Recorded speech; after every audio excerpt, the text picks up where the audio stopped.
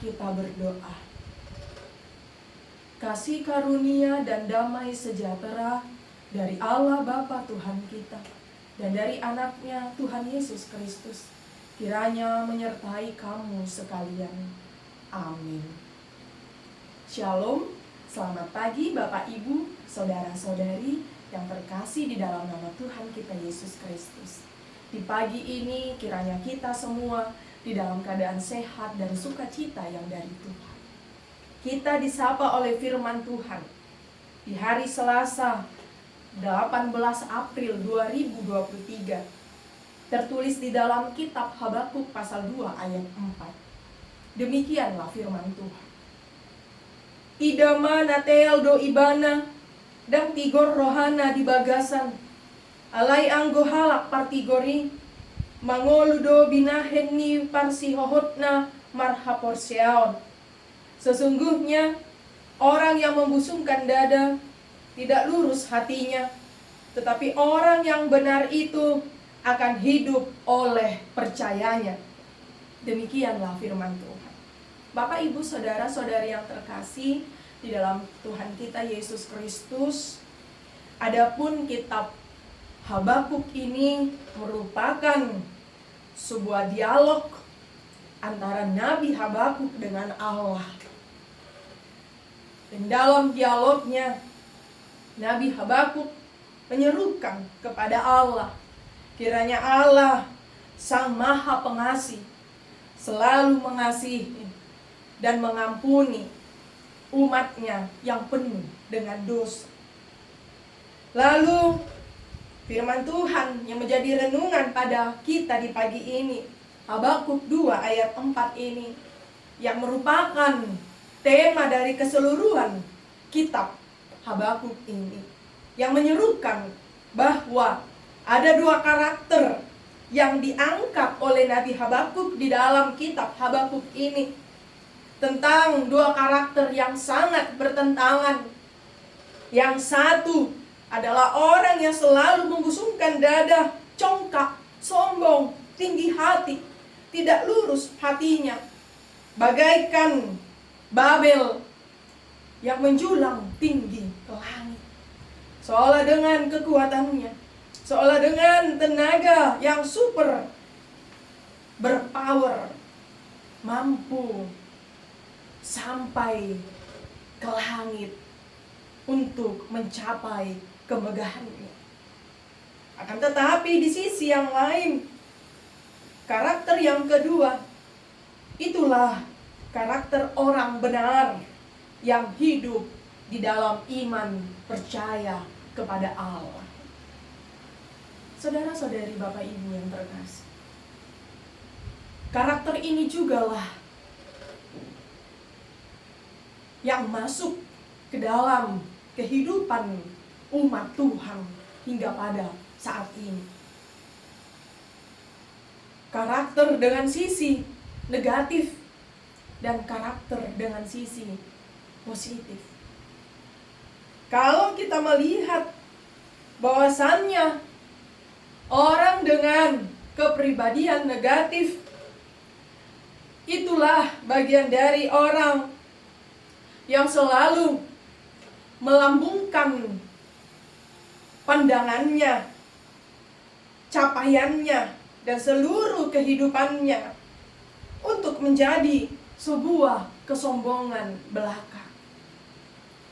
Orang yang dengan prinsip bahwa hidupnya haruslah berhasil dan sukses. Itu sebabnya apapun yang dikerjakan, dia harus mencapai keberhasilan dan jangan sampai dia gagal. Orang yang demikian, orang yang selalu mengedepankan hatinya, orang yang selalu meninggikan hatinya, orang yang selalu tampil dengan over percaya diri. Dia merasa dalam keberhasilan dan kesuksesan yang dicapai itu bagian dari kekuatan dan kemampuannya. Itu sebabnya orang yang demikian adalah orang yang dimaksudkan oleh Habakuk yang layak mendapat, yaitu hukuman atas perbuatannya, malapetaka atas kecongkakannya, seperti Babel yang meninggikan hati dengan pencapaian bangunan yang sangat tinggi sampai menjulang ke langit. Namun oleh karena belas kasihan, Habakuk melihat ternyata tidak hanya segelintir orang yang percaya oleh imannya, yang benar di dalam percayanya kepada Allah. Lalu kalau tidak ada ditemukan yang benar, maka apakah Allah akan murka terhadap umat yang dikasihinya. Seruan Habakuk memohon kepada Allah, kiranya Allah tidak lagi melihat akan karakter yang mereka punya, yaitu bangsa umat Allah itu. Bukan lagi menjatuhkan hukuman karena dosa dan pelanggaran mereka, tapi biarlah Allah yang empunya pengampunan, belas kasihan, mengasihi, mengampuni setiap orang di dalam hidupnya. Itu sebabnya Habakuk berkata, biarlah orang benar hidup oleh percayanya. Dan ketika Allah yang berbelas kasih kepada umatnya itu memberikan kesempatan agar umatnya itu berbalik dari karakternya yang buruk, yang congkak, yang tinggi hati, yang hatinya tidak lurus, dia kembali kepada jalan kebenaran di dalam Allah. Bapak, Ibu, saudara-saudariku yang terkasih, di pagi ini, renungan ini justru menjadi cambuk buat kita. Satu peringatan besar mengingatkan kita, akankah kita hidup di dalam rasa kesombongan, tinggi hati, congkak, yang hanya mengandalkan kemampuan dan kekuatan kita sendiri, merasa bahwa kita mampu dan sanggup melakukan segala sesuatu, atau justru kita menyadari bahwa selama ini ternyata kita tanpa sengaja kita sudah mencuri kemuliaan Allah dengan merasa mampu, dengan merasa benar dengan setiap yang kita kerjakan dalam hidup kita. Kita merasa bahwa sampai detik ini kehidupan yang kita punya itu bagian dari usaha dan kemampuan kita. Kiranya firman Tuhan ini membawa kita dalam suatu